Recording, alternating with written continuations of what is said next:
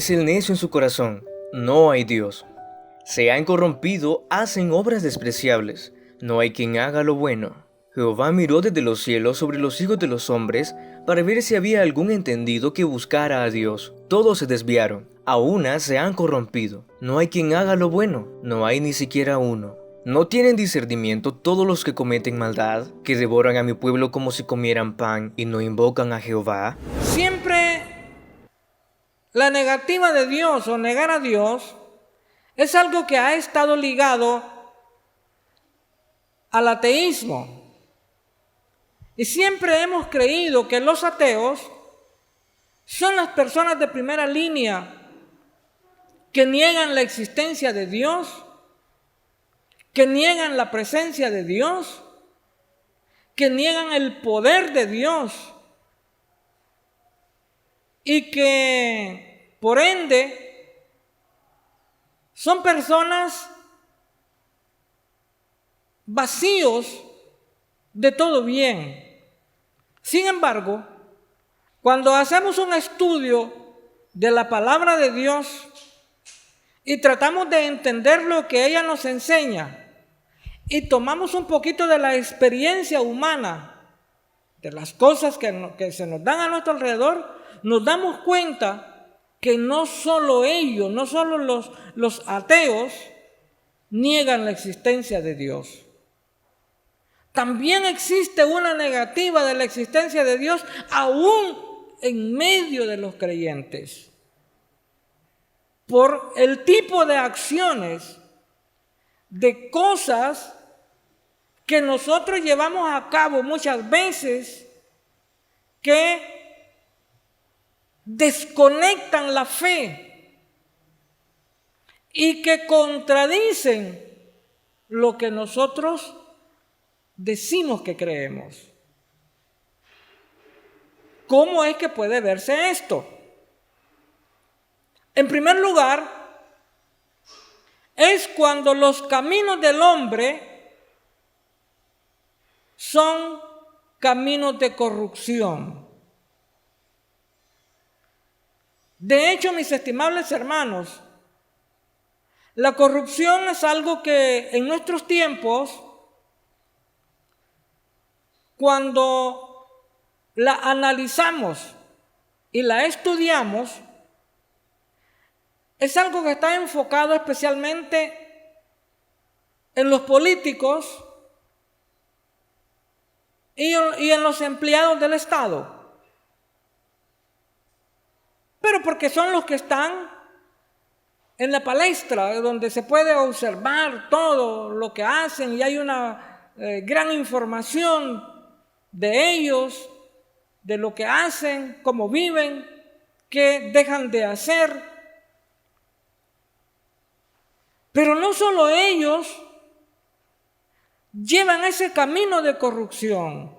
La corrupción está a término general en el mundo. Es corrupción. Lo que podemos decir, para que haya un corrupto, siempre hay un corruptor. Y allí en esa parte de corrupto y corruptor, allí básicamente entramos todos. Es corrupción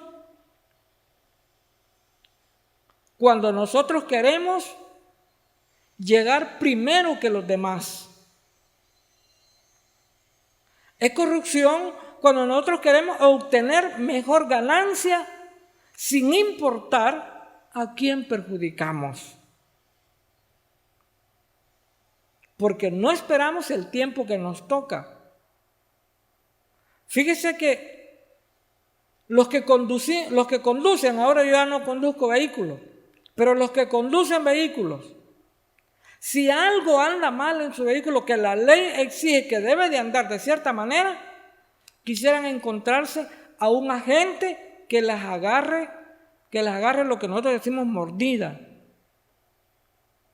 Pero luego decimos, las policías son corruptos, agarran pistos, pero ¿quién se los ofrece? El ciudadano. El ciudadano es el que lo ofrece. Y si queremos ver cosas como procedimientos del Estado,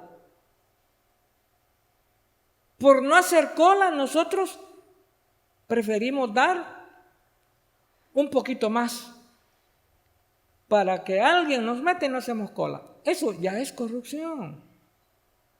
Ahora, pero diríamos, esa cosa de ese tipo de corrupción no afecta a un cristiano. Gracias a Dios que somos cristianos y que nosotros no estamos en esas cosas. Eso es lo que nosotros decimos. Fíjese, eso es lo que nosotros decimos. Pero nosotros bien quisiéramos que alguien nos pase la firma por debajo de la mesa. Aún en las cosas tan íntimas de la congregación, tenemos actos de corrupción que no se deberían de dar en la vida del cristiano. Sin embargo, siempre pensamos que esa es cosa del mundo. Pero ¿por qué se dan esas cosas en nosotros?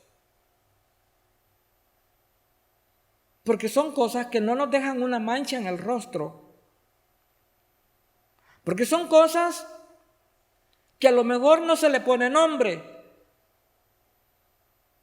pero que sin embargo siempre están al descubierto ante el ojo divino.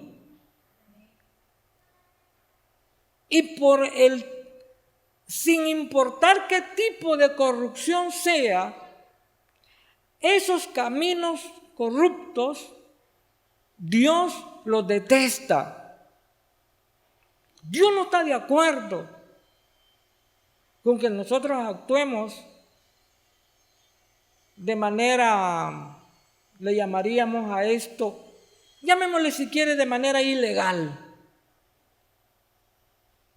O de lo que nosotros a veces decimos, es que lo que pasa es que yo soy listo, yo no es que sea mala gente, yo no es que sea corrupto, yo listo es que soy. Pues esa clase de listos están desagradando a Dios, hermano. Porque esa aptitud lista va en detrimento de otras personas que se quedan atrás. En detrimento de otras personas que no obtienen lo que deberían de obtener porque yo soy más listo que ellos. Y hay cosas, hermanos, que uno, y como hoy las predicaciones están siendo públicas, hay muchas cosas que yo me abstengo de mencionar. Sin embargo, que quede claro que el Hijo de Dios debe tener los ojos bien abiertos en qué cosas desagrada a Dios, que son de la gente del mundo, pero que cuando nosotros venimos a sentir, están dentro de nosotros. Cuando mentimos sin necesidad. Uno piensa que Dios va a castigar el adulterio, la fornicación, el robo, el asesinato. Cierto que los va a castigar. Pero una mentirita no, esa la va a pasar por alto el Señor. Eso cree uno. Pero hay un detalle importante ante esto. El infierno no tiene niveles de grave, más grave, menos grave. Igual va a ir a parar al infierno el pecado chiquito como el pecado grande. Ahora, no quiere decir que nosotros, hermanos, como hijos de Dios, no pecamos.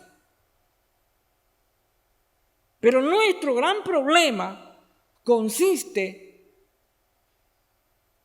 en que a veces pecamos y no reconocemos nuestra falta y por lo tanto no la confesamos. ¿Está aquí? ¿Qué problema no confesar el pecado cada día, mi hermano querido? Caemos en el mismo círculo vicioso de la vida de corrupción del mundo si no tenemos cuidado con esas cosas. No es que yo le estoy predicando de forma de que debemos de ser tan puros y tan pulcros que ni siquiera nos equivocamos en algo. ¿Cómo no? Pero ¿cuál es la diferencia?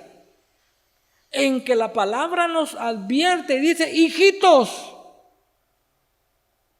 si alguno hubiese pecado, abogado tenemos para con el Padre, a Jesucristo el justo. Hasta entre nosotros, incluso si yo me equivoco, yo tengo libertad de decirle a usted: hermano, disculpe, perdónenme, me equivoqué. Pero procuraré ya no caer en esa equivocación nuevamente. Ya arreglé mi situación, ¿cierto o no? Ya arreglé mi situación. Ahora, el problema podría ser que me quedo con ese llamado pecadillo, que no tiene mucho valor y que no es muy grave, según lo que yo pienso. Pero a ese le agrego otro, y otro, y otro, y otro. Y es lo que aprendimos en el CETRA con los hermanos, de tener cuentas largas con Dios. Pero el Hijo de Dios debe de ponerle paro a esas cosas. También existe otro aspecto importantísimo del que niega a Dios con sus acciones. Y es aquel en la que sus acciones son abominables. ¿Hay acciones abominables en el mundo? Sí, hombre, hermano. La Biblia habla de las abominaciones. La adoración de ídolos es abominable. Bueno, y quiero medio tocar esta partecita. Qué bien, porque nosotros somos cristianos y nosotros ya no tenemos ídolos. ¿Será verdad eso? Fíjese que no. No es verdad. Sí tenemos ídolos. A veces idolatramos el trabajo. Fíjese, todo aquello que toma el primer lugar en nuestra vida antes que Dios es un ídolo. Todo aquello que le perturba a usted para servirle a Dios, creer en Él y entregarse a Dios, eso es un ídolo. Como es un ídolo, mire, un hijito, cómo se aman a los hijos. Pero cuando están chiquitos son tan bonitos, ya grandes son algo feyotes, pero chiquitos, tan bonitillos que son. Pero dice uno: no voy a la iglesia porque el niño mucho llora, mucho molesta. Ya le quitó al niño la visión de ir a la iglesia. Ya tiene su ídolo ahí. Pero para el día de cumpleaños, entonces si quiere que toda la iglesia esté aquí para que le traigan regalo. Ahí tiene su ídolo. Y eso lo puede ver usted en los cumpleaños, en los quinceañeros o quinceañeras. Todo lo puede ver en todo eso, que cómo nos valemos de la iglesia y cómo nos valemos de todos los medios para que la gente admire a nuestro ídolo así como lo admiramos nosotros. Y después nuestro ídolo quiere algo con Dios. No. ¿Por qué? Porque nosotros empezamos a manejar las cosas de manera idolátrica sin discernir lo que deberíamos haber hecho. Entonces sí, en la iglesia los cristianos tienen ídolos. Hasta los privilegios, hermano, se vuelven una idolatría. Se vuelve idolatría hasta las capacidades que tenemos. Y con todo respeto por los hermanos que cantan bonito, Me encanta a mí oírlos. Pero se vuelve un poco repugnante cuando ya se la creen que solo ellos pueden y tienen de menos a otros. Y hasta llegan a decir, no, porque como canto yo ya nadie canta igual. No, es de más. Mire, aquí el mejor cantante es fulano de tal, la fulana, la mengana. No, hombre, si todos cantamos para Dios, o nuestro privilegio es un ídolo. Entonces no tiene que ser así. Ya no aceptamos que otro haga algo con nosotros porque solo nosotros podemos y porque solo nosotros tenemos las credenciales. No, hermano, no es así. Bueno, no tenemos que idolatrar ni al pastor, fíjese. Fíjese que yo me vengo para acá porque usted sabe mi problema que tengo de salud. Y que me resultaría incómodo a la hora de la predicación tener que pasar. Pero a mí me encanta estar con ustedes allí. A mí me encanta ser como ustedes, como ser uno de ustedes. Porque yo no soy ningún ídolo. Hace como unos 5 años los hermanos querían comprarme una silla cómoda. Y yo dije, no, hermano. Bueno, según me la describieron, era una silla doradita, acolchonadita, bien adornada, porque cuando me dijeron el precio, ¡guau! Dije yo. Yo dije, hermano, lo siento mucho. No, a mí pónganme un taburete. No vayan a gastar en eso, porque no lo voy a ocupar. Porque yo no soy ningún ídolo. Y tenemos que aprender, hermano, a entender de que la idolatría es un acto obstinado en el que le quita el primer lugar a Dios y se lo da a otra cosa que no es Dios. Es ahí la razón de ese problema donde las obras se vuelven abominables. Nos volvemos como un acto abominable, dije, con los privilegios, con las capacidades que tenemos de hacer las cosas. En el acto de la predicación es importante, necesaria y muy buena. Pero si yo me empiezo a creer que solo yo soy el mejor predicador, ya estamos mal, hermano. Si Dios puede ocupar hasta las piedras. ¿Cierto o no? Dios puede ocupar, mira, a los tartamudos, con que hizo hablar una burra, pues, para hacer entender a un hombre que decía que era profeta. Si hizo hablar a ese animal, ¿por qué no me va a hacer hablar a mí, hermano? ¿Por qué no lo va a hacer hablar a usted? Pero no podemos considerarnos de que nosotros tenemos las credenciales únicas, porque eso ya abomina. Y abominación es cosa que ofende a Dios y que Dios lo desecha. No debe de ser así. Los hijos de Dios, entonces, hermano, cuando hacen esas cosas, también niegan a Dios con sus acciones.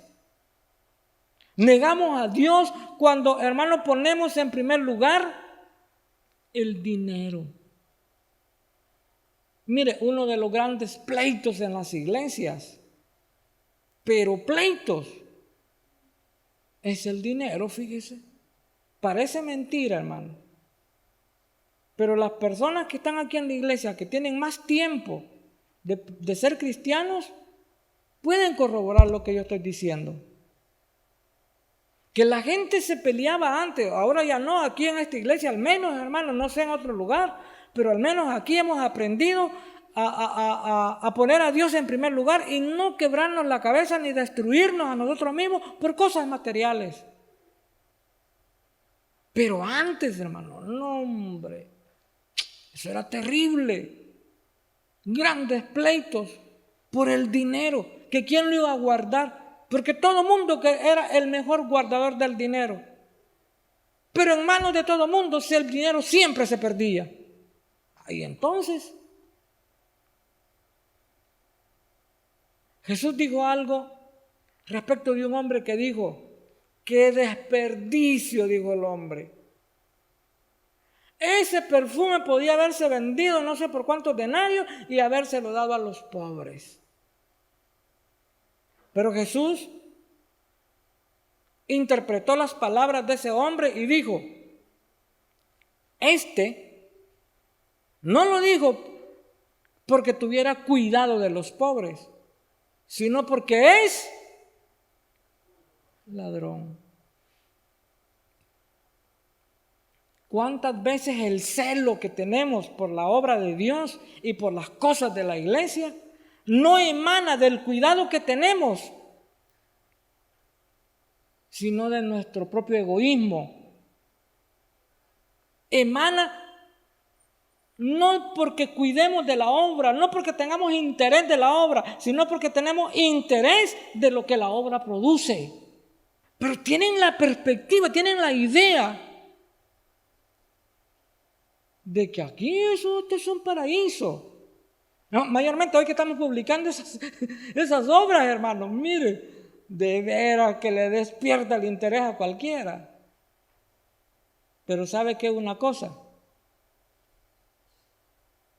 debemos de aprender a ver que las cosas cuando se hacen de forma honesta tienen un buen resultado.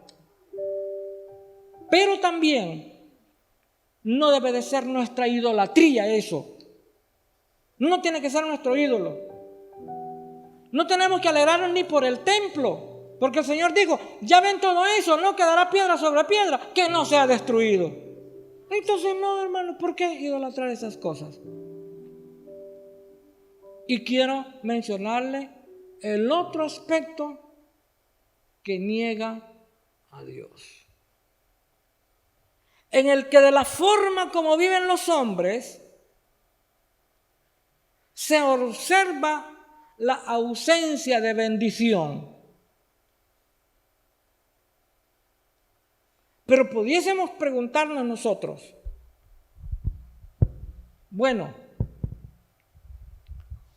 ¿cuál ausencia de bendición? Si tenemos casa, carro, trabajo, quien nos ame.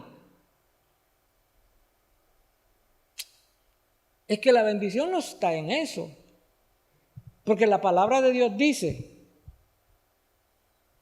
que el bien del hombre no consiste en las cosas que posee, no consiste en los bienes materiales, porque la bendición de nosotros es eterna y es celestial. Amén, hermano, ¿cierto o no? Pues bien pudiésemos no tener cosas materiales en esta vida y comer sencillamente, pobremente. No le digo humilde porque la comida no es humilde ni glamurosa ni nada. Pero pudiéramos comer de la manera más sencilla. Pero si estamos en paz, ¿cierto?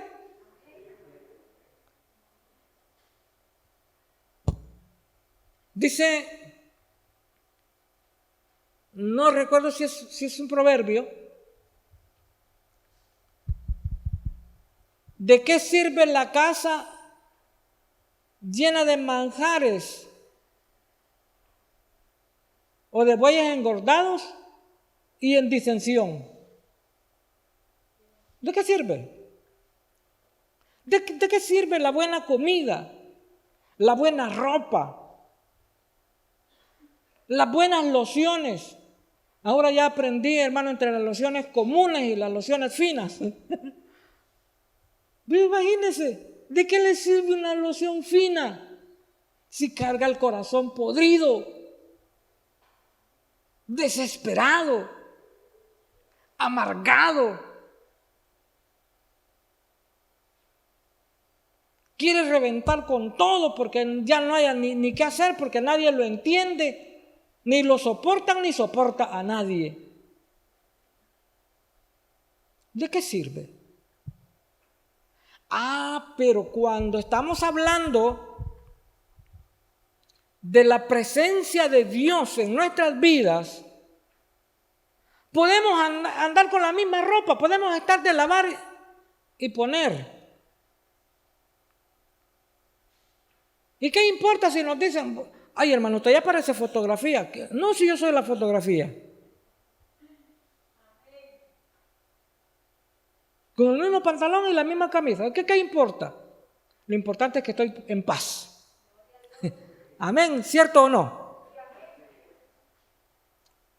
Lo importante es que no se lo debo a nadie.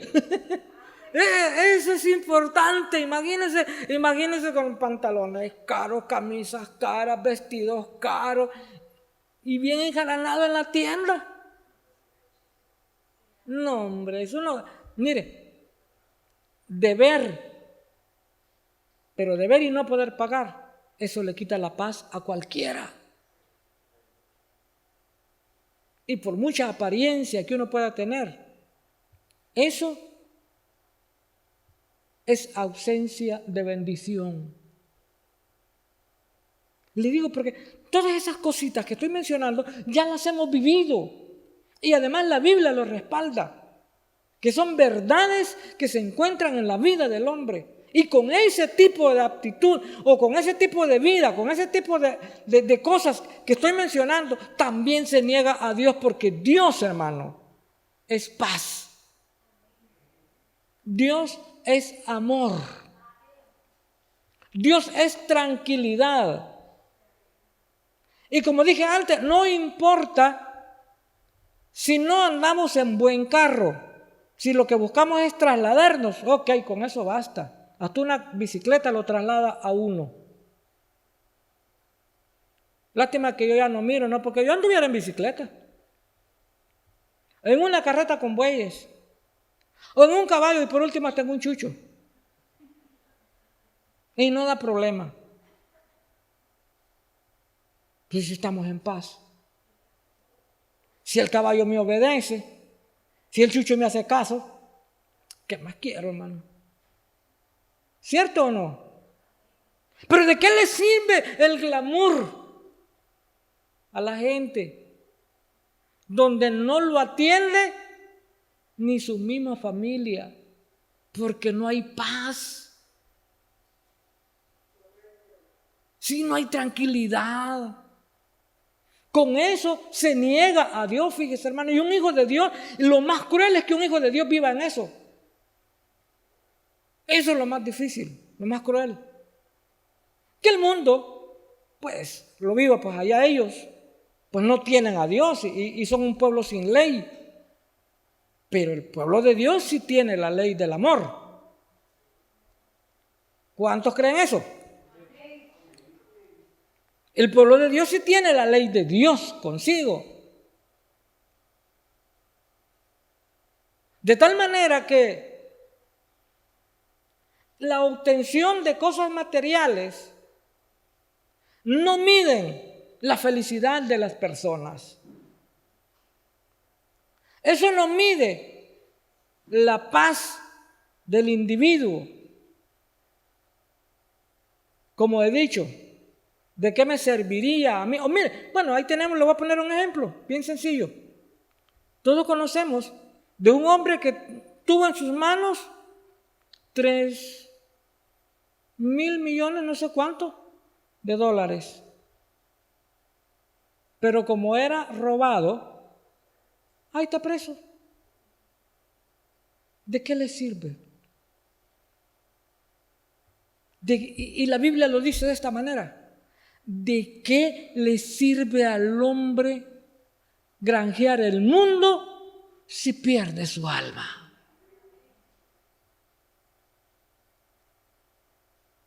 Porque por muy grandes y por muy importantes que sean las cosas materiales, siempre aquí se van a quedar, hermanos.